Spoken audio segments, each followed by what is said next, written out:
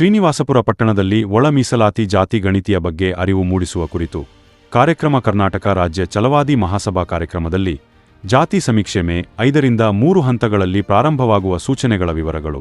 1ನೇ ಹಂತ ಗುತ್ತಿಗೆದಾರರ ಮನೆ ಭೇಟಿ ನೀಡಿ ಸಮೀಕ್ಷೆ ಕೈಗೊಳ್ಳುವುದು. 2ನೇ ಹಂತ ಮತಗಟ್ಟೆ ಪ್ರವೇಶವಾರು ವಿಶೇಷ ಶಿಬಿರಗಳಲ್ಲಿ ಸಮೀಕ್ಷೆ ಕೈಗೊಳ್ಳುವುದು. 3ನೇ ಹಂತ ಸ್ವಯಂ ಘೋಷಣೆ ಆನ್ಲೈನ್ ಮೂಲಕ. ಈ ಕಾರ್ಯಕ್ರಮಕ್ಕೆ ಗಣ್ಯರು, ಮುಖಂಡರು, ಹಿರಿಯರು, ಯುವ ಮುಖಂಡರು ಎಲ್ಲರೂ ಉಪಸ್ಥಿತ ಇದ್ದು ಕಾರ್ಯಕ್ರಮ ಯಶಸ್ಸುಗೊಳಿಸಿದರು.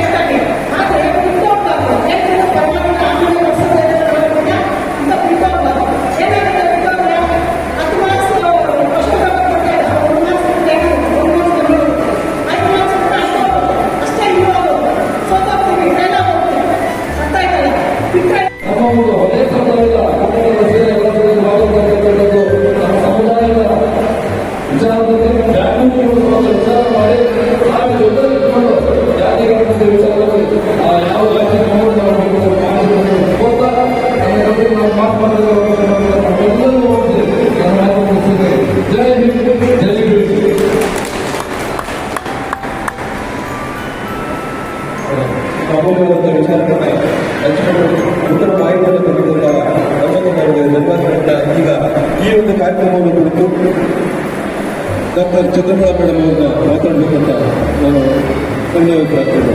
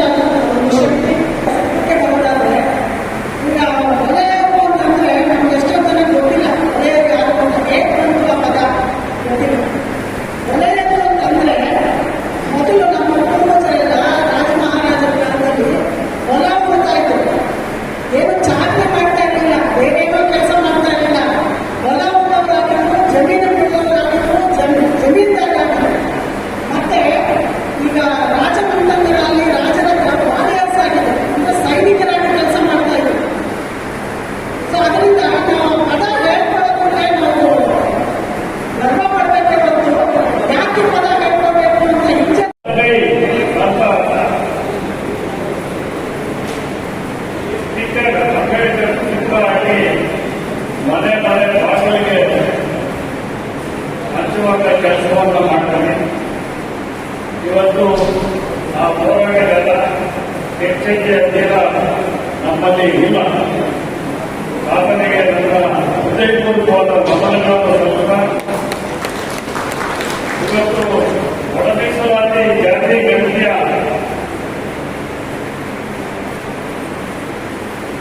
ಸಮಿತಿಯನ್ನು ಇಡೀ ಜಿಲ್ಲೆಯಲ್ಲಿ ಈ ಅರಿವು ಮೂಡಿಸುವಂತ ಕಾರ್ಯಕ್ರಮಕ್ಕೆ 3 ದಿನಗಳಿಂದ ಕೋಲಾರದಲ್ಲಿ ಒಂದು ದೊಡ್ಡ ಮಟ್ಟದ ಸಭೆ ಮಾಡಿ ಆ ದಿನ ಸಹೋದರಿ ಡಾಕ್ಟರ್ ಚಂದ್ರಕಲಮ್ಮ ಅವರಲ್ಲಿದ್ದು ನಂತರ ನಿನ್ನೆ ಒಂದು ಪತ್ರಿಕಾಗೋಷ್ಠಿಯಲ್ಲಿ ಇವತ್ತು ಇಬ್ಬರು ಶಾಸಕರು ಬಂಗಾರಪೇಟೆ ಎಸ್.ಎನ್. ನಾಯಕರವರು ಕೊಡವಾಗಿನ ಸಮೃದ್ಧಿ ಮಂಜುನಾಥ ಒಟ್ಟುಗೂಡಿ ಪತ್ರಿಕಾಗೋಷ್ಠಿಯಲ್ಲಿ ಒಂದು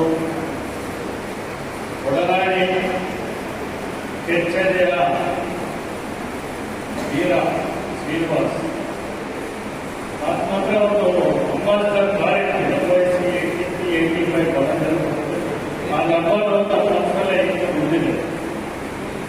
ಈ ಮೊದಲಿಗೆ ಛಲವಾದಿ ಎಂಬ ಪದನ income tax department Janaki Prasad Chalavadi ನಾಯಕರು ಕೋಲಾರಕ್ಕೆ ಬಂದು ನಾನು ಶ್ರೀನಿವಾಸ ಕರ್ಕೊಂಡೆ. ಅವರು ಈ ಛಲವಾದಿ ಪದವನ್ನು ಬಳಸಬೇಕು, ಇದು ಗೌರವದ ಸಂಕೇತ ಅಂತ ಹೇಳಿದಾಗ ಚಿಕ್ಕಬಳ್ಳಾಪುರ ಅಭಿವೃದ್ಧಿಸಿದೆ ಆಗ ಒಟ್ಟಿಗೆ ಇದ್ದೀನಿ.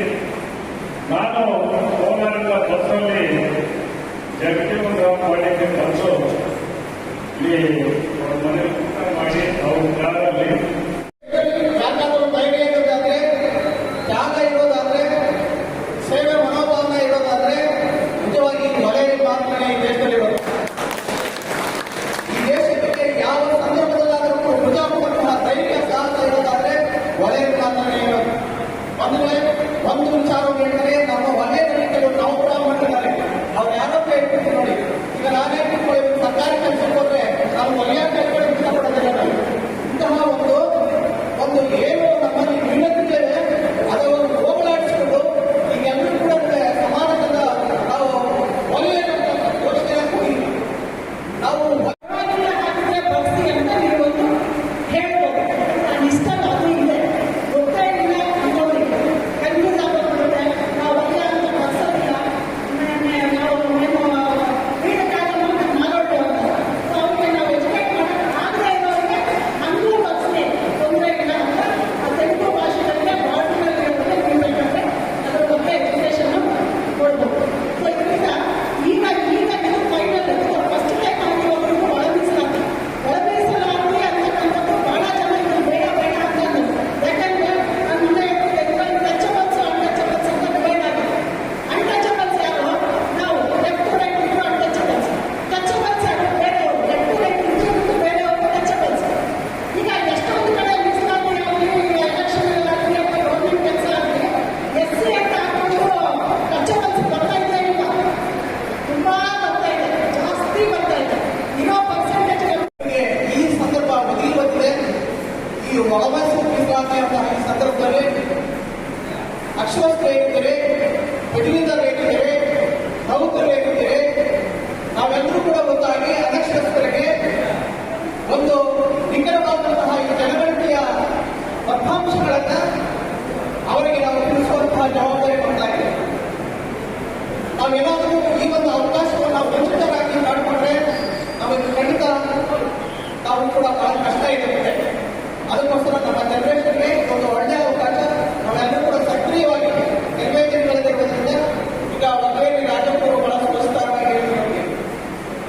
ಅದು ಬಹಳ ಮೀಸಲಾತಿಯಲ್ಲಿ ನಮ್ಮ ಮಕ್ಕಳು ಇರ್ತಾರೆ, ನನ್ನ ಮಕ್ಕಳು ಇರ್ಬೋದು ಅಂತಕ್ಕಂಥ ಸ್ವಂತವಾಗಿ ಪ್ರತಿಯೊಬ್ಬ ಇಂಡಿವಿಜುವಲ್ ಆಗಿ ತಗೋಬೇಕು. ನಾನು ಒಂದು ಹೆಸರು ಬರ್ಸಲಿಲ್ಲ ಅಂತಂದ್ರೆ ಮೋಸ್ಟ್ಲಿ ನನ್ನ ಮಗುವೇ ಮೀಸಲಾತಿ ತಗೋಗುತ್ತೆ.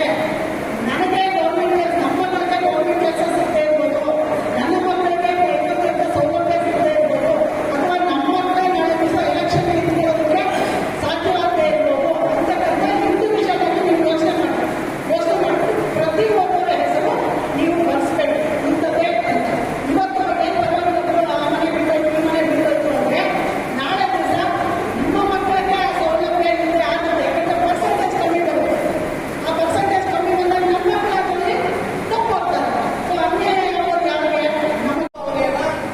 ನಾವೆಲ್ಲರೂ ಕೂಡ ಅಕ್ಷರಸ್ಥರಿಂದ ಹಿಡಿದು ಮಂತ್ರಿ ವರ್ಗದವರೆಗೂ IAS IPS ಅಧಿಕಾರಿಗಳವರೆಗೂ ಈ ಭಾವನೆ ನಮ್ಮಲ್ಲಿ ಕೂಡಿ ಬಂದಿದ್ದಾದ್ರೆ ನಾವು ಒಂದು ದೊಡ್ಡ ಶಕ್ತಿಯನ್ನು ಇಟ್ಬೋದು ಅಂತ ನಾನು ಈ ವೇದಿಕೆಯಲ್ಲಿ ಮಾತ್ರ ಹೇಳ್ತೀನಿ. ಅದಕ್ಕೆ ಹೀಗಾಗಿ ಶತಮಾನಗಳಿಂದ ವಚನವಾಗಿರ್ತಕ್ಕಂಥ ನಾವೆಲ್ಲರೂ ಕೂಡ ನಾನು ಅಂದ್ಕೊಂಡಿದ್ದೆ ಈ ಸಭೆಗೆ ಏನು ಕಾಂಡಳ್ಳಿ ಕಲ್ಪನಿಸ್ತಾರೆ ಸ್ನೇಹಿತರಂತ ತಿಮ್ಮಯ್ಯ ರಾಮದೇವ ಇವರೆಲ್ಲ ಸಹಯೋಗದಲ್ಲಿ ಮತ್ತೆ ನಮ್ಮ ವೈದ್ಯಾಧಿಕಾರಿಯಾಗಿರ್ತಕ್ಕಂಥ ನನ್ನ ದಾಸಗಡ್ಡ ಎಂಬ ಚಂದ್ರಕಾಪಡವರು ಇವರ ಸಹಯೋಗದಲ್ಲಿ ಒಂದು ವ್ಯವಸ್ಥಿತವಾದ ವೇದಿಕೆ ನಿರ್ಮಾಣ ಆಗಿದೆ. ಈ ವೇದಿಕೆಯಲ್ಲಿ ನಾನು ಅಂದ್ಕೊಂಡಿದ್ದೆ ಬಹಳಷ್ಟು ಜನಸಂಖ್ಯೆಯಲ್ಲಿ ಸೇರಿಕೊಂಡು ನಿರೀಕ್ಷೆಗೆ ಮೀರಿದಂತ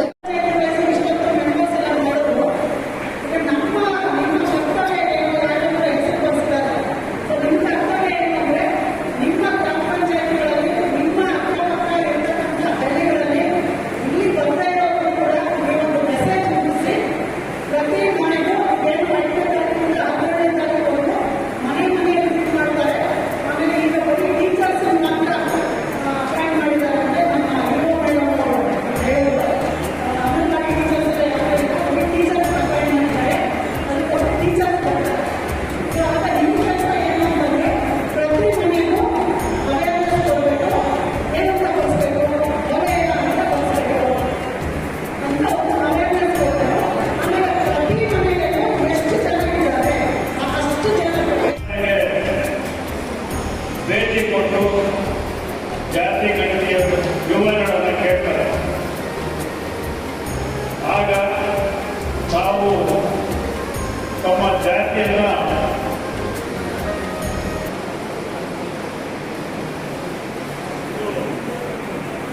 ಗೌರವಾನ್ವಿತ ನ್ಯಾಯಮೂರ್ತಿ ಎಚ್.ಎನ್. ನಾಗರಾಜ್ ಏಕಸದಸ್ಯ ವಿಚಾರಣಾ ಆಯೋಗ ಮತ್ತೆ ಸರ್ಕಾರದ ಅಪರ ಮುಖ್ಯ ಕಾರ್ಯದರ್ಶಿ ಮತ್ತು ಅಭಿವೃದ್ಧಿ ಆಯುಕ್ತರು ಅಧ್ಯಕ್ಷತೆಯಲ್ಲಿ ಕಳೆದ 23ನೇ ತಾರೀಕು 4ನೇ ತಿಂಗಳು 25ರಂದು ಬೆಳಗ್ಗೆ 10 ಗಂಟೆಗೆ ಜಿಲ್ಲಾಧಿಕಾರಿಗಳು ಮುಖ್ಯ ಕಾರ್ಯನಿರ್ವಹಣಾಧಿಕಾರಿಗಳು ಜಿಲ್ಲಾ ಪೊಲೀಸ್ ಅಧಿಕಾರಿಗಳಿಗೆ ಪರಿಶಿಷ್ಟ ಜಾತಿ ಒಳಮೀಸಲಾತಿ ವರ್ಗೀಕರಣ ಸಮೀಕ್ಷೆ ಕುರಿತು ವಿಡಿಯೋ ಸಮಾವೇಶ ಬಂದಿದ್ದೀವಿ.